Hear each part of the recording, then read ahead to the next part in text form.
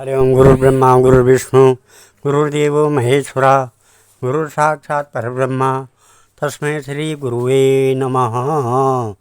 ओम आदो देवकी देवगर्भजननं गोपीग्रीवर्धनं मायापूतनजीवतापहरणं गोवर्धनोद्धारणं कंसच्छेदनकौरवादिहननं कुन्तीसुतापालनम् एतत् श्रीमद्भागवतं पुराणकथितं श्रीकृष्णलीलामृतं निगमकल्पतरोर्गलितं फलं शुकमुखाद्रव अमृतसंयुतं पिबत भागवतं रसमालय मुहुरहो रसिका भुवि भावुकाः। भगवान श्री कृष्णचंद्र नारायण भगवान के चरण कमलों में, श्यापति रामचंद्र जी के चरण कमलों में नतमस्तक होकर के मैं ये श्रीमद् भागवत महापुराण के 9वें स्कंद का 10वां अध्याय पढ़ने जा रहा हूँ, जिसमें आज का प्रसंग भगवान श्री राम की लीलाओं का वर्णन है, जो इस प्रकार है।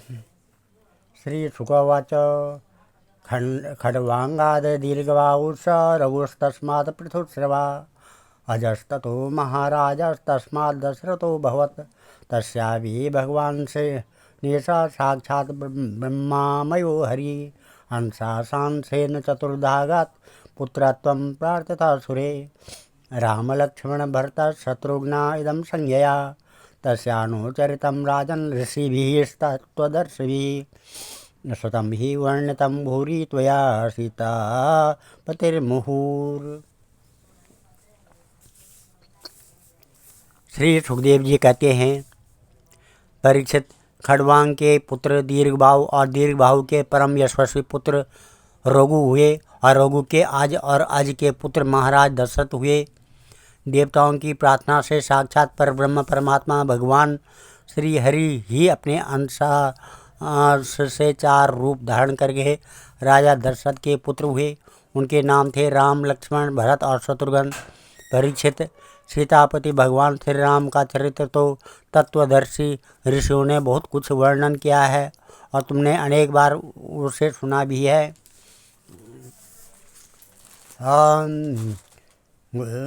गुरुवर्थे त्यक्तराजो व्यचरदनुवनं पद्मपद्भ्यां प्रियायां पाणिस्पर्शा क्षमाभ्यां मृजत पतरुजो यो हरीन्द्रानुव्यां वैरूप्या शूर्पणख्यां प्रियविरहसा रोपिता भ्रूयजृम्बं त्रस्ताब्धिर्बद्धसेतु खलद बदहनं कौशलेन्द्रो वतानः विश्वामित्र दुरेन मारीचाद्या निशाचराः।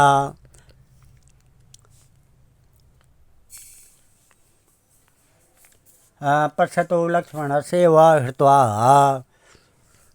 हतानेत सिंहपुंगवा यो लोकवीरसमितो धनुरैः समुग्रं सीता स्वयंवरगृहे त्रिशतोपनीतम् आदाय बालगजलील इवेक्षुयष्टिं सज्जीकृतं नृपवृकस्य विभञ्जमध्ये जित्वानुरूपगुणशील वयोङ्गरूपं सीताविदं श्रियमुरस्य विलब्धमानं मार्गे व्रजन् भृगुपतेर्व्यसनं प्ररूढं दर्पं महे मम कृतस्तराजबीजं या सत्यपाशपरवीतपितुर्निर्देशं श्रेणस्य चापि शिरसा जगृहेश भार्या राजं श्रियं प्रणयिनं सुहृदो निवासं त्यक्त्वा ययो वनमनुवसोमिव मुक्तसङ्गा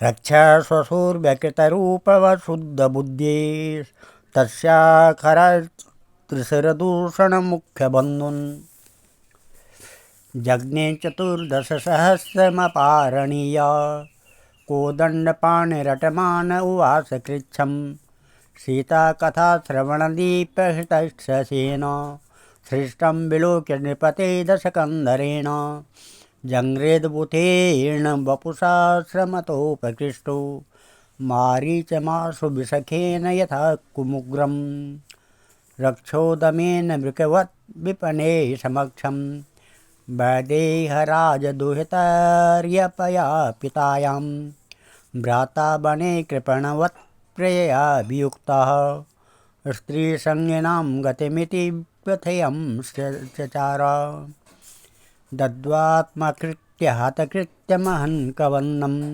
संख्यं विदाय कपिभिर्दयिता गतितः बुद्ध्वात बालिन हते प्लवगेन्द्रसैन्ये बेलामगात समनयो जब वार्तितांघ्री। भगवान श्री राम ने अपने पिता राजा दशरथ के सत्य की रक्षा के लिए राजपाट छोड़ दिया और वे वन में फिरते रहे।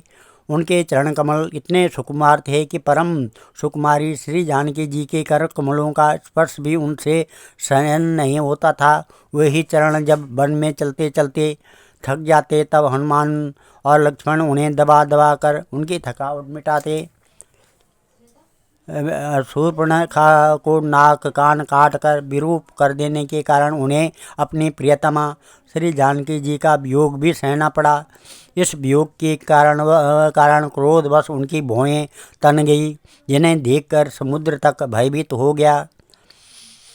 इसके बाद उन्होंने समुद्र पर पुल बांधा और लंका में जाकर दुष्ट राक्षसों के जंगल को दावाग्नि के समान दग्ध कर दिया। वे कौशल नरेश हमारी रक्षा करें। भगवान श्री राम ने विश्वामित्र के यज्ञ में लक्ष्मण के सामने ही मारीच आदि राक्षसों को मार डाला। वे सब बड़े बड़े राक्षसों की गिनती में थे। परीक्षित, जनकपुर में सीता जी का स्वयंवर हो रहा था। संसार के चुने हुए वीरों की सभा में भगवान शंकर का वह भयंकर धनुष रखा हुआ था। वह इतना भारी था कि 300 वीर बड़ी कठिनाई से उसे स्वयंवर सभा में ला सके थे। भगवान श्री राम ने उस धनुष को बात की ही बात में उठाकर उस पर डोरी चढ़ा दी और खींचकर बीचों बीच से उसके 2 टुकड़े कर दिए।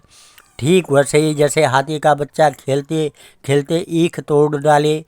भगवान ने जिन्हें अपने वक्षस्थल पर स्थान देकर सम्मानित किया है, वे श्री लक्ष्मी जी ही सीता के नाम से जनकपुर में अवतीर्ण हुई थी।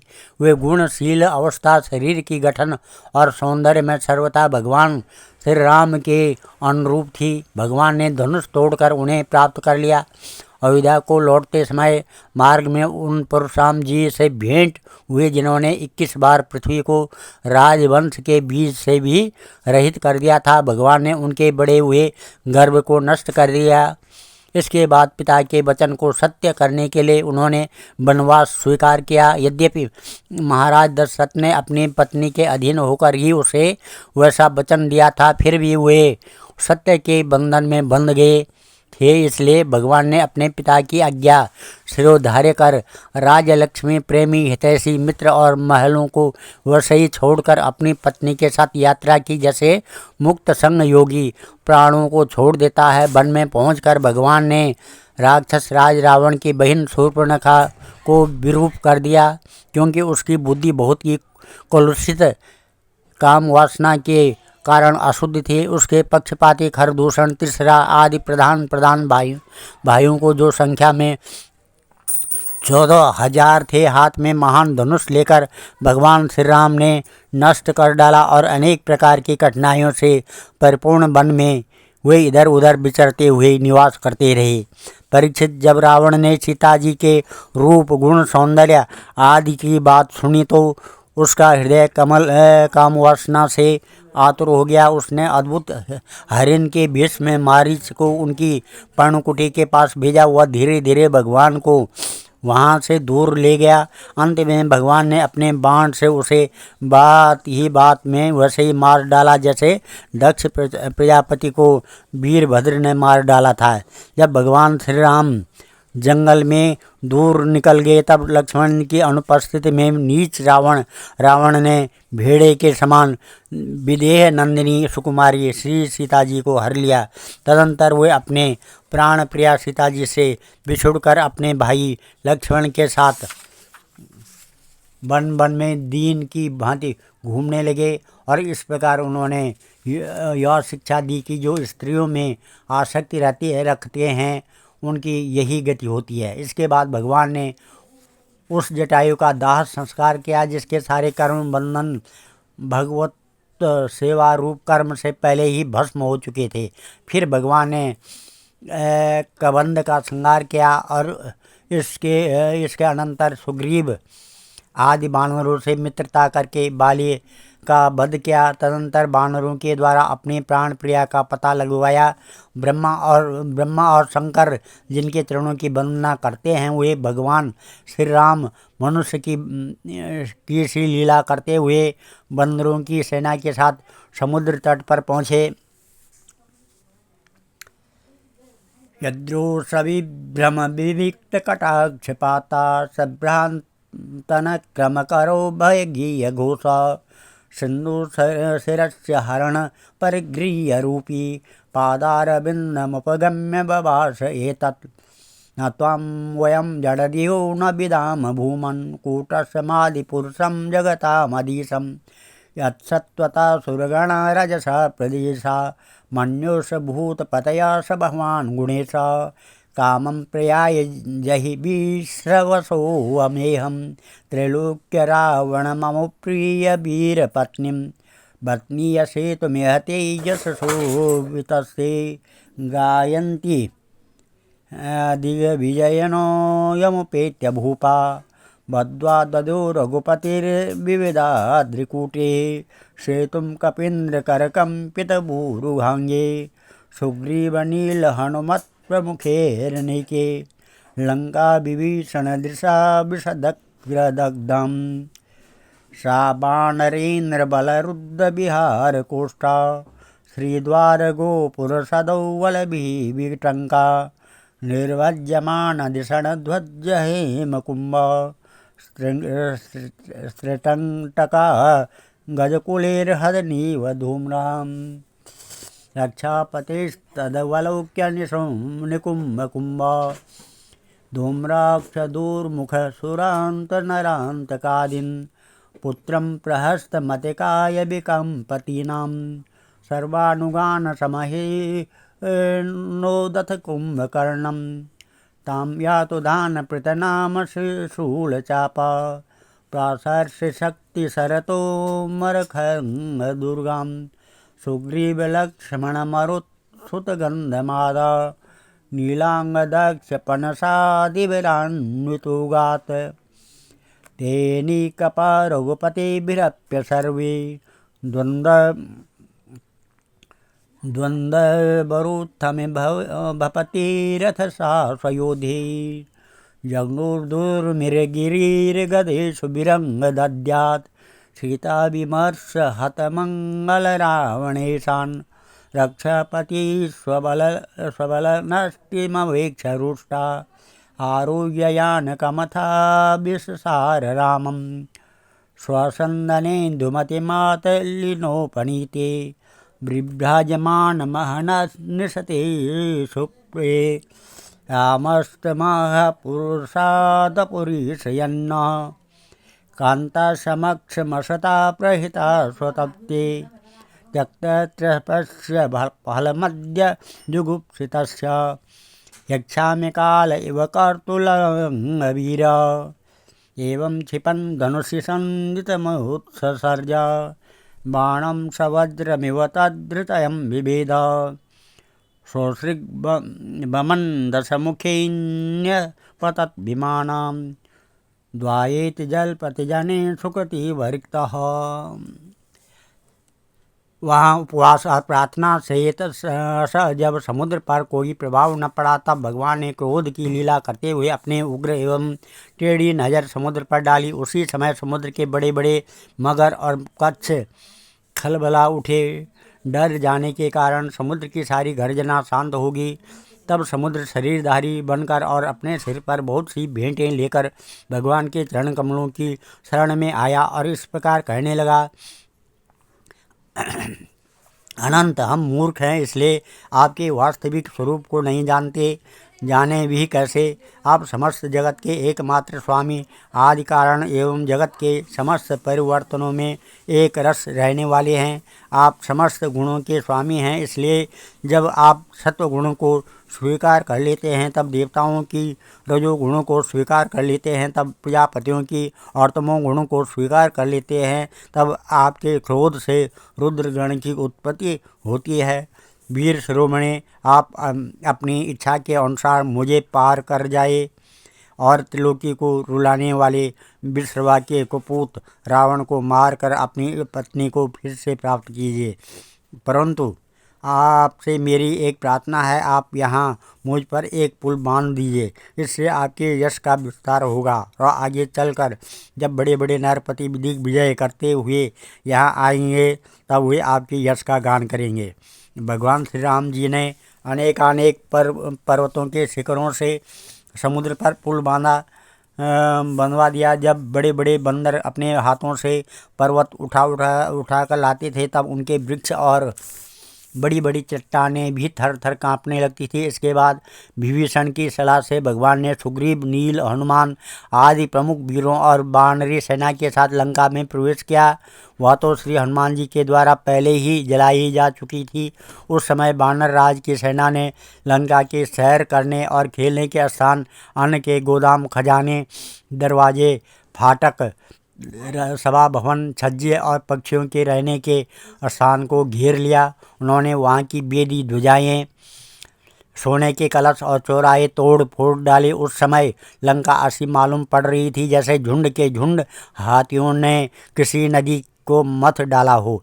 यह देखकर राक्षस राज रावण ने निकुंभ, कुंभ, धूम्राक्ष, दुर्मुख, सुरांतक, नरांतक, प्रहस्त, अतिकाय, विकम्पन आदि अपने सब अनुचरों, पुत्र मेघनाद और अंत में भाई कुंभकर्ण को भी युद्ध करने के लिए भेजा। राक्षसों की यह विशाल सेना तलवार, त्रिशूल, धनुष, प्रास, रिष्टि, शक्ति, बाण, भाले, खड्ग आदि शस्त्र अस्त्र से सुरक्षित और अत्यंत दुर्गम थी। भगवान श्री राम ने सुग्रीव, लक्ष्मण, हनुमान, गरुड़मादन, नील, अंगद, जामुवान और पनस आदि वीरों को अपने साथ लेकर राक्षसों की सेना का सामना किया। रघुवंश शिरोमणि भगवान श्री राम के अंगद आदि सब सेनापति राक्षसों की चतुर्ंगनी सेना, हाथी, रथ, घुड़सवार और पैदलों के साथ द्वंद्व युद्ध की रीति से भिड़ गए और राक्षसों को वृक्ष, पर्वत, शिखर, गदा और बाणों से मारने लगे। उनका मारा जाना तो स्वाभाविक ही था, क्योंकि वे उसी रावण के अनुचर थे जिसका मंगल श्री सीता जी को स्पर्श करने के कारण पहले ही नष्ट हो चुका था। जब राक्षस राज रावण ने देखा कि मेरी सेना को तो नाश हुआ जा रहा है, तब वह क्रोध में भरकर पुष्पक विमान पर आरूढ़ हो भगवान श्री राम के सामने आया। उस समय इंद्र का सारथी मातली बड़ा ही तेजस्वी दिव्य रथ लेकर आया। उस पर भगवान श्री राम जी विराजमान हुए। रावण अपने तीखे बाणों से उन पर प्रहार करने लगा। भगवान श्री राम जी ने रावण से कहा, नीच राक्षस, तुम कुत्ते की तरह हमारी अनुपस्थिति में हमारी प्राण प्रिया पत्नी को हर लाए। तुमने दुष्टता की हद कर दी थी। तुम्हारे जैसा निर्लज्ज तथा निंदनीय और कौन होगा। जैसे काल को कोई टाल नहीं सकता, कर्तापन के अभिमानी को वह फल दिए बिना रह नहीं सकता, वैसे ही आज मैं तुम्हें तुम्हारी करने का फल चखाता हूँ। इस प्रकार रावण को फटकारते हुए भगवान श्री राम ने अपने धनुष पर चढ़ाया हुआ बाण उस पर छोड़ा। उस बाण ने वज्र के समान उसके हृदय को विदीर्ण कर दिया। वह अपने 10 मुखों से खून उगलता हुआ विमान से गिर पड़ा। ठीक वैसे ही जैसे पुण्यात्मा लोग भोग समाप्त करने होने पर स्वर्ग से गिर पड़ते हैं। उस समय उसके पूर्वजन परिजन हाय हाय करके चिल्लाने लगे। ततो निष्काम्य लंकाया यातु धान्या स मंदोदर्या समं तस्मिन् प्रदरुत्या उपाद्रवन् स्वान् बन्धून् परिसज्य लक्ष्मणेषु विरार्दितान् रुरुदुषु स्वरं दीनं घ्रन्त्या आत्मना हतास्म वयं नाथ लोक रावण कम यायात् शरणं लंका त्वद्भीना परार्दिता एवं वेद महाभाग भगवान कामवशं गता तेजानुभाव सीताया येन नीतोषामिमां कीर्ते सा विधवा लंका वयं च कुलनंदन देह कृतानो गृद्धनामात्मा नरक हेतवे। इस प्रकार से तदनंतर हजारों राक्षसियाँ मंदोदरी के साथ रोती हुई लंका से निकल पड़ी और रणभूमि में आई। उन्होंने देखा कि उनके स्वजन संबंधी लक्ष्मण जी के बाणों से छिन्न भिन्न होकर पड़े हुए हैं। वे अपने हाथों अपनी छाती पीट कर अपने सगे संबंधियों को हृदय से लगा कर ऊंचे स्वर से विलाप करने लगे। हाय हाय, अब स्वामी आज हम सब बेमौत मारी गई। एक दिन हुआ था जब आपके भय से समस्त लोक में त्राही त्राही मच जाती थी। आज वह दिन आग पहुंचा कि आपके न रहने से हमारे शत्रु लंका की दुर्दशा कर रहे हैं और यह प्रश्न उठ रहा है कि अब लंका किसके अधीन हो रहेगी। आप सब प्रकार से संपन्न थे, किसी भी बात की कमी न थी, परंतु आप काम के वश हो गए और यह नहीं सोचा कि सीता जी कितनी तेजस्विनी है और उनका कितना प्रभाव है। आपकी यही भूल आपकी इस दुर्दशा का कारण बन गई। कभी आपके कामों से हम सब और समस्त राक्षस वंश आनंदित होता था और आज हम सब तथा यह सारी लंका नगरी विधवा हो गई। आपका यह वह शरीर जिसके लिए आपने सब कुछ कर डाला आज गिद्धों का आहार बन रहा है और अपने आत्मा को अपने नरक का अधिकारी बना डाला। यह सब आपकी ही नासमझी और कामुकता फल है। श्री शुकवाच स्वानं विभीषणश्चक्रे कौशलेन्द्रानुमोदिता पितृमेद विधानेन यदुक्तं साम्परादिकं ततो ददर्श भगवान् शोकवनिकाश्रमे क्षामं वा स्वविरहाव्याधिं शिंसमपादामूलमास्थितां राम प्रियतमं भार्यादीनां वीक्षान्कम्पता आत्मसन्दर्शनालादा विकसन्मुखपङ्कजाम् आरोप्यारुरुहेयानं भ्रातृभ्यां हनुमद्युता विभीषणाय भगवान् दत्त्वा रक्षो गणेशतां लङ्कामायुष्यकल्पान्तं ययोचीर्णव्रतं पुरीम् अवकीर्णमाणकुसुमेर्लोकपालैर्पितापति उपगीयमानचरिता सदधृत्यादिभिर्मुदा गोमूत्रयावकं श्रुत्वा भ्रातरं बलकलाम्बरं महाकारुणिको तप्य जटिलं स्थण्डिललेशयं भरत प्राप्तमाकर्ण्य पौरमात्म पुरोहितः पादुके शिरसि न्यस्त रामं प्रद्युततोऽग्रजं नन्दिग्रामात् स्वस्य विराद गीतवादित्राणि स्वनेः ब्रह्मघोषेण च मुहुः पठिद्भिर्ब्रह्मवादिभिः स्वर्णकक्ष पताकाभिर्हेमश्चित्रध्वजैरथे सदस्वे रुक्मसनाहेर्भट्टे पुरटवर्मभिः श्रेणीभिर्वारमुख्याभिर्भृत्यस्य पदानुगे पारमेष्ठानुपादाय पर्ण्यानुवचानि च पादयोन्यर्पतत् प्रेम्णं प्रक्लिन्न हृदि क्षणा पादुके न्यस्य पुरतः प्राञ्जलिर्वाष्पलोचन तस्मिन्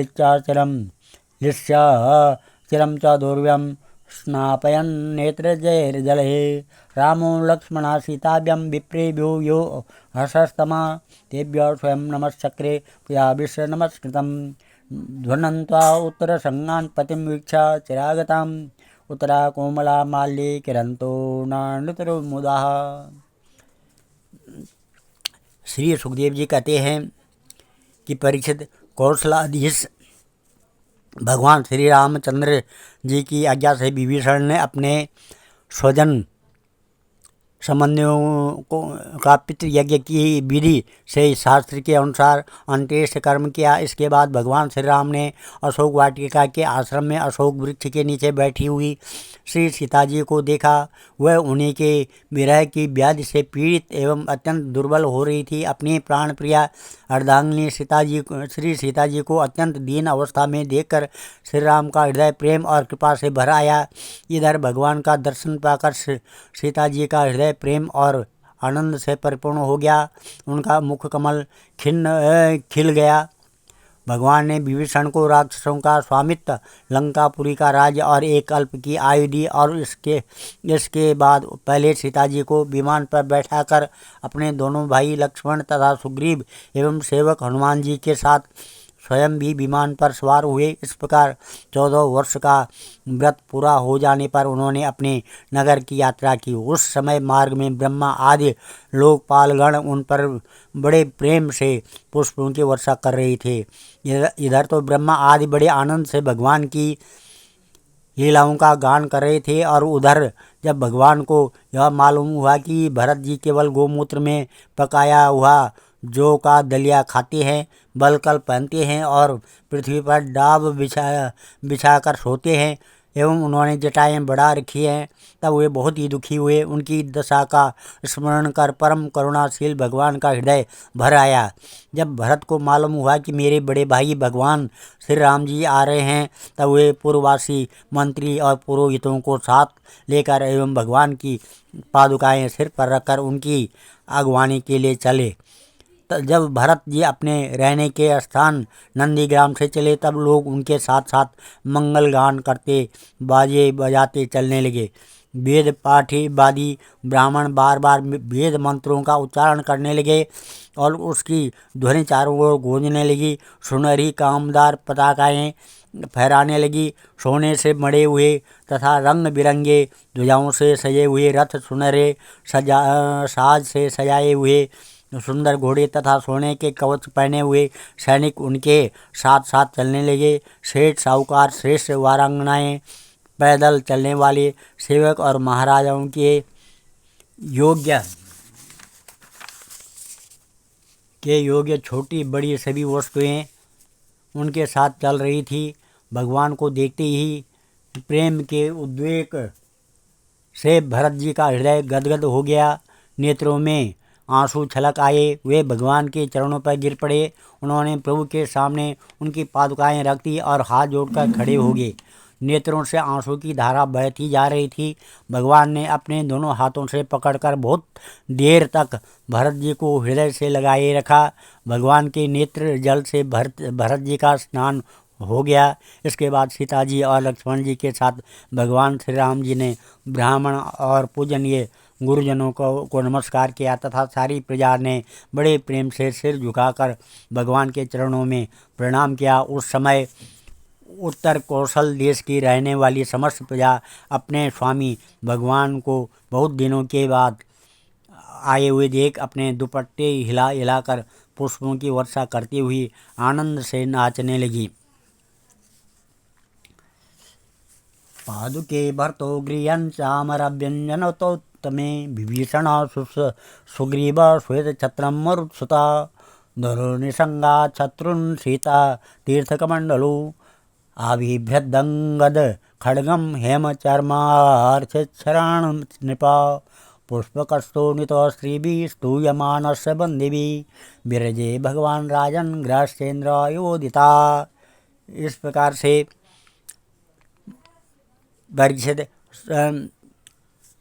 भरत जी ने भगवान की पादुकाएं ली और विभीषण ने श्रेष्ठ चंवर, सुग्रीव ने पंखा और श्री हनुमान जी ने श्वेत छत्र ग्रहण किया। परीक्षित शत्रुघ्न जी ने धनुष और तरकस, सीता जी ने तीर्थों के जल से भरा हुआ कमंडल, अंगद ने सोने का खड़ग और जामुआन ने ढाल ले ली। इन लोगों के साथ भगवान पुष्पक विमान पर विराजमान हो गए। चारों तरफ यथास्थान स्त्रियां बैठ गई। बंदी जन स्तुति करने लगे। उस समय पुष्पक विमान भगवान श्री राम की ऐसी शोभा हुई मानो ग्रहों के साथ चंद्रमा उदय हो रहा हो। भ्रातृभिर्नन्दितासोऽपि सोत्सवं प्रविशत्पुरीं प्रविश्य राजभवनं गुरुपत्नी स्वमातरं गुरुन् वैश्यावर्जान् पूजिता प्रतिपूजयत। वैदेही लक्ष्मणस्य व यथावत् समवेत्यतो पुत्रान् स्वमातरस्मातो प्राणस्तन्वो योत्थिता आरोग्यांगे विवसिंचन्त्यो वाष्पोघैर्विजहुषुचा जटा निर्मोच विधिवत् कुलवृद्धे समं गुरु अव्यासिंचिद् यथैवेन्द्र चतुर्सिन्धुजलादिभिः एवं कृतशिलास्नानं सुवासास्त्रज्ञविलङ्कृता सुलङ्कृते सुवासो वीरभ्रातृभिर्भार्यया भुवो अग्रहीदासनं भ्रात्रा प्रणिपत्या प्रसादिता प्रजा स्वधर्मनिरता वर्णाश्रम गुणान्विता जुगोपपितृवद्रामो मेनिरे पितरं च तं त्रेतायां वर्तमानायां कालकृतसमोऽभवत् रामे राजन् धर्मज्ञे सर्वभूतसुखा वे वनानि नद्यो गिरयो वर्षाणि द्वीपसिन्धवः सर्वे कामदुदा आसन् प्रजानां भरतर्षभा नादिव्यादि राजराग्निः दुःखशोकभयङ्क्लमः मृत्युचानीक्षतां नासीत् रामे राजन्यदोक्षजे एकपत्नीव्रतधरो राजसी चरतौ शुचि स्वधर्मगृहमेदीयं शिक्षयन् स्वमाचरत् प्रेम्णानुवृत्त्यं शीलेन प्रसयावनतो सति धिया ह्रिया च भावज्ञा भर्तु सीता हरन् मम। इस प्रकार भगवान ने भाइयों का अभिनंदन स्वीकार करके उनके साथ अयोध्यापुरी में प्रवेश किया। उस समय वह पूरी आनंदोत्सव से परिपूर्ण हो रही थी। राजमहल में प्रवेश करके उन्होंने अपनी माता कौशल्या, अन्य माताओं, गुरुजनों, बराबर के मित्रों और छोटों का यथायोग्य सम्मान किया तथा उनके द्वारा किया हुआ सम्मान स्वीकार किया। श्री सीता जी और लक्ष्मण जी ने भी भगवान के साथ साथ सबके प्रति यथा योग्य व्यवहार किया।